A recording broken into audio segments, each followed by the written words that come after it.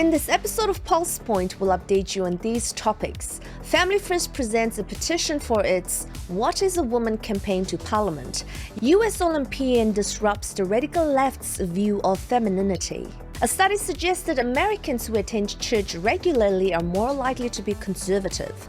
A senior member of the Biden administration says that men are more free with easy access to abortion. Finally, we look at just how radical Kamala Harris' views are on abortion.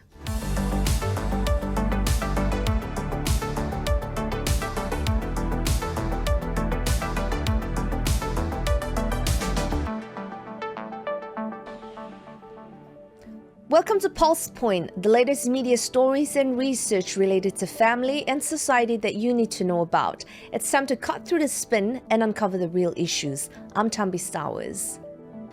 A petition calling for women to be defined as an adult human female in all our laws, public policies and regulations, which has received more than 23,500 signatures, was presented in Wellington yesterday to Deputy Prime Minister and leader of New Zealand First Winston Peters and New Zealand First MP Tania Ankovic.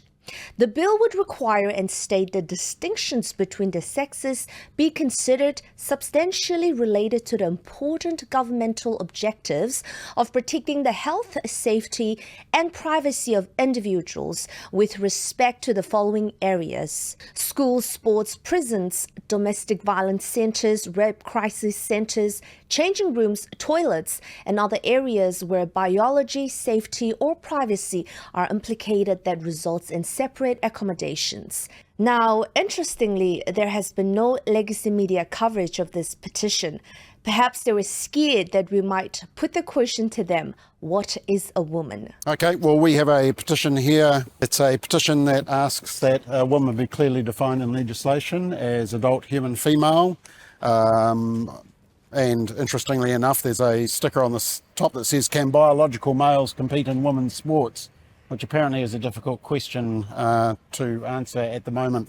So there is 23,000 plus signatures here, and we think it would be good for Parliament to actually get back to biological reality rather than ideology, which puts women at harm and at risk and affects their safety, affects the ability of prisons and women's refuges, and also confuses kids about what they're being taught in schools. So thank you for presenting it. Thank you, Tanya, for being here to receive it as well. And hopefully it'll start the discussion. All right. So can I give it to you, Tanya? Yes, absolutely.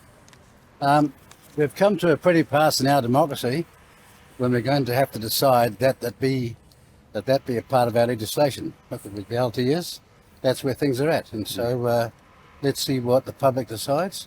It's a serious number of petitioners, and we'll put it to Parliament. Thank you. Let the games begin and the discussion begin. Well, it's all about fairness. We're not anti anybody. No. It's about being fair and correct. Yeah. The issue is now being forced to Parliament to consider, and we will keep you updated as to its progress. Ilona Maher, a standout rugby player from the United States, has gained recognition at the 2024 Paris Olympics for her achievements on the field and her influential social media presence. Now known for leading the US women's rugby sevens team to a historic bronze medal, Maher has also captivated audiences with her blend of athletic ability and femininity. Standing 5'10" and weighing 200 pounds, she challenges traditional notion of femininity by combining her strength and competitiveness with a distinct sense of personal style, including wearing red lipstick and long hair. There has always been a divide, people believing that, oh, when you play sports, if you're an athlete, you can't be feminine. I feel that I can be a beast and can play this very physical, aggressive sport while also keeping my femininity while I do it. Maher reminds young girls that if you are a tomboy and enjoy physical contact sports like rugby and wrestling, you can excel as an athlete in a physical demanding sport and still be a woman and fully feminine. According to a new data graphed by statistician Ryan Birch, Americans who regularly attend church are significantly more likely to also be conservative. Now, Birch found that 59% of weekly churchgoers were either conservatives or very conservative, compared to just 14% of who were liberal or very liberal. Among those who never went to church, 21% were conservative, while 46% were liberal. Birch wrote that findings remain consistent when he broke the data down by race and Christian affiliation. He also tested Jews, Buddhists, Muslims, and Hindus to see if the same principle applied, and while Jews seem to follow the same patterns, there did not seem to be a connection between the church attendance and liberalism among the other three religions.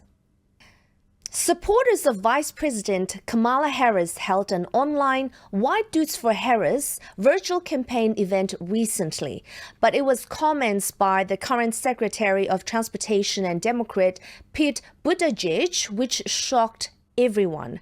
Now, he said men are more free in a country with access to abortion and birth control, a perspective which one pro-life group says undermines the value of women. Have a watch. I'm so glad she has made freedom the theme of her campaign, because I think in so many ways that's what's at stake. And yes, women's freedom is Exhibit A after Donald Trump demolished the right to choose. But of course, men are also more free in a country where we have a president who stands up for things like access to abortion care. Men are more free. Abortion access makes men freer? Freer to do what? Avoid responsibility? Play around? Simply abort the consequence of their actions. Now, Heartbeat International, a network of pro-life pregnancy resource centers, said the comment was deeply troubling. This perspective not only undermines the value of women and their inherent dignity, but also perpetuates a culture that evades responsibility and fails to support women in their time of need. This is a stark reminder of the cultural shift that needs to happen, one where men are called to embrace their roles as responsible adults who support women and children. And finally, Kamala Harris is now the official Democrat Party candidate for the presidency of the U.S. What should concern social conservatives is that she's also extremely radical on two key issues, and this could have a flow-down effect to other westernized countries, including New Zealand. On abortion, Kamala appears to be the most pro-abortion presidential candidate in American history.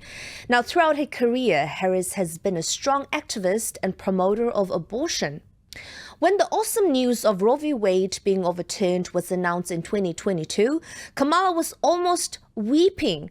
She said losing the right to kill the unborn child was a health care crisis. This is a health care crisis. Because understand, millions of women in America will go to bed tonight without access to the health care and reproductive care that they had this morning. Now, this is Kamala speaking just at the end of last month. And we who believe in reproductive freedom will stop Donald Trump's extreme abortion bans because we trust women to make decisions about their own body and not have their government tell them what to do. Kamala Harris will also not name a single abortion limit. She wants it right to the birth. What is it that you believe? I mean, what week of pregnancy should abortion access be cut off?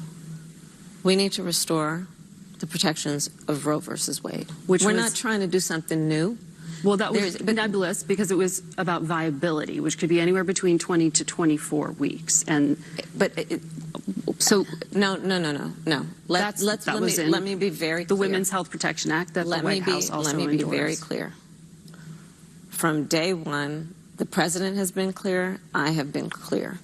We need to put back the protections that are in Roe v. Wade into law. Since the Supreme Court took it, Congress has the power and ability to pass legislation to put those protections back in law, and Joe Biden will sign that bill.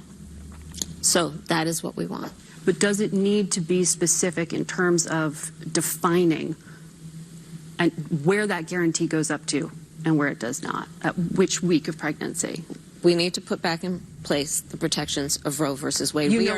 And she has even encouraged Christians to violate the demands God places in their conscience and support abortion anyway. See, I've convened faith leaders.